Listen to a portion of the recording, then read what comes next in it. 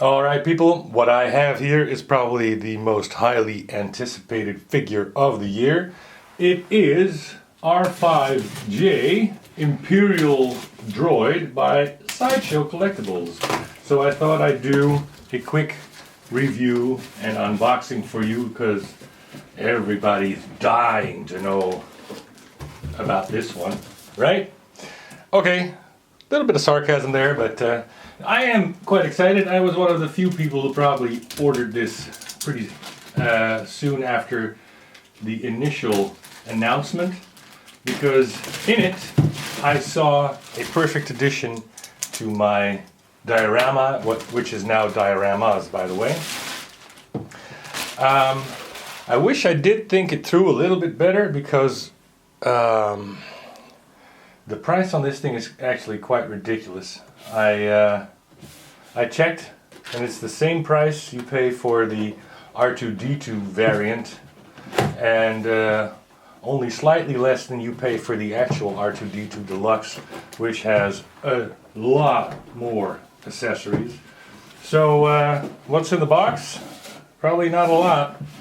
It's the droid, and I don't think there are any accessories. So let's take him out of the box, because I am curious about the paint job, not only the black but the copper accents as well. So it's the box is the regular Sideshow box I've seen for other Star Wars figures, which means there's this little flap, very basic. Then there's your basic clamshell. And I don't remember this being on the inside of the cardboard before. Well, again, I really don't care about these little things. Oh my god, people, I was wrong. There are accessories. Hang on to your seats. Oh! Because the head just fell off. Look at that. That's kind of ridiculous. So, for this humongous price, you get a figure without a light-up feature and a head that just falls off. Another interesting question is there a manual? There isn't. None that I can see anyway. Oh, keeps falling off. So if I look at the artwork, one's supposed to go here. Is the other one? Is that like a backup? Looking at the pictures, I can't see where the other antenna is supposed to go. So I'll just leave it in the box, assuming it's a backup. Well, what do I think? To be fair, I mean, it does what I paid for, which is, just stand there and be some type of background accessory. The head is ridiculously easy to remove. There's no electronics, but the black paint job looks high quality, I think. You could open up the bays if you want. I don't think I'll display them that way. Definitely some black smudges on the paint too. And the copper seems to... Oh, this is ridiculous. Oh, and the antenna is bent. I'm so glad I'm doing this live so you guys can see the ridiculousness of the situation. So, let's get out the second antenna. So, big fat tip. Be careful with the antenna and the head, because, yeah, one already broke. So, let's put it in the environments I bought it for and see if I can get over the prize sticker shock. So it does kind of look cool in its proper environment. You're looking at the IKEA detolf Death Star dioramas that I make. So let's take a closer look at the figure.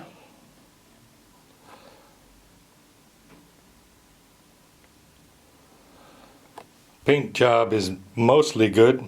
Like I said, I do have some smudges on there in the black that I couldn't wipe off with my finger. So let's see if something like that is fixable.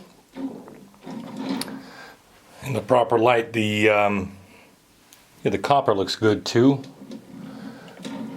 But you know, for what this is, which is basically just an R4-D5 repaint without any electronics, the price Sideshow is absolutely ludicrous.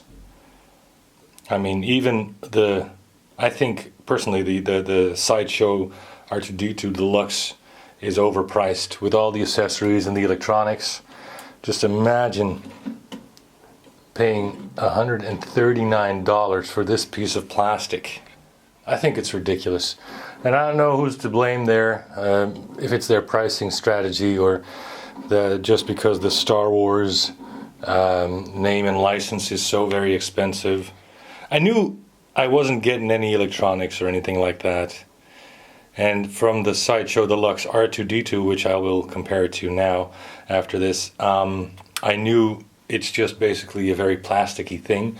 Though I've never had the head of the R2 unit fall off like that, so that's kind of strange.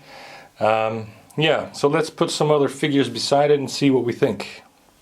So granted, he does look good as Vader's personal droid.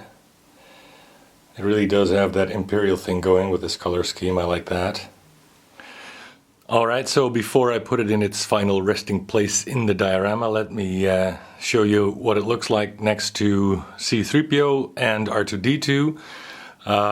It's the Tamashii C-3PO that I weathered and hollowed out so I could do a wire through the body, head and foot to have a permanent light up feature. I did the same for the Sideshow Deluxe R2-D2, by the way, which is why you can see them blinking and lighting up.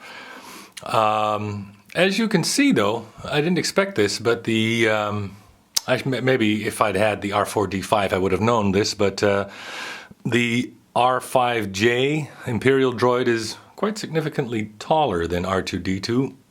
C-3PO is standing behind him, so he looks a little shorter maybe, but I have the R2-D2 and R5-J at the same distance from the camera, and even though the third foot is extended on the R5-J, especially for where I'm standing, there's, I don't know, well over half an inch of extra height, even without the antenna, of course. Yeah, so the difference between them, I did weather and repaint R2-D2 to get a more metal type dome and get the movie weathering accurate.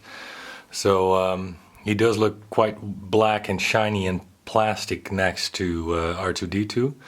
But let's see how it looks when we put it on 2 feet like the R2-D2 unit.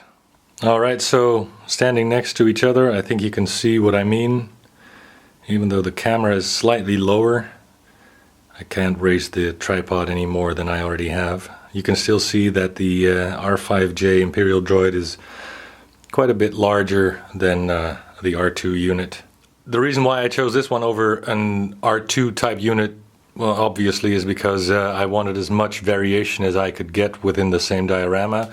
So I didn't go for the R2 type Imperial Droid. Instead I went for this one, whereas I put R2 in the weathering and of course the round dome and on the 2 legs. I will put this one in the background on 3 legs riding around.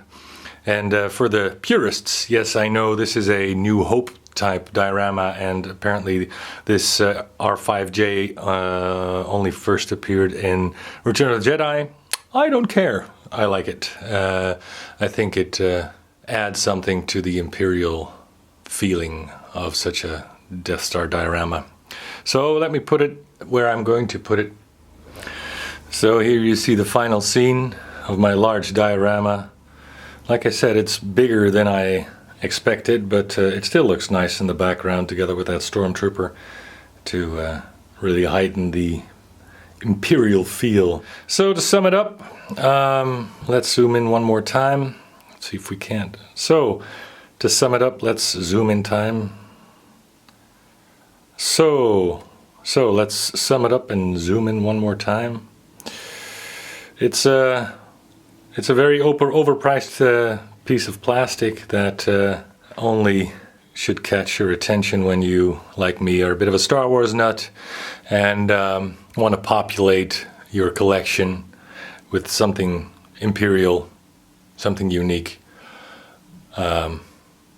Maybe wait for it to come on the second-hand market and hope for prices to drop. I knew I wasn't going to expect a lot, and even then I was disappointed with the head falling off and the black paint not being quite perfect. Until next time.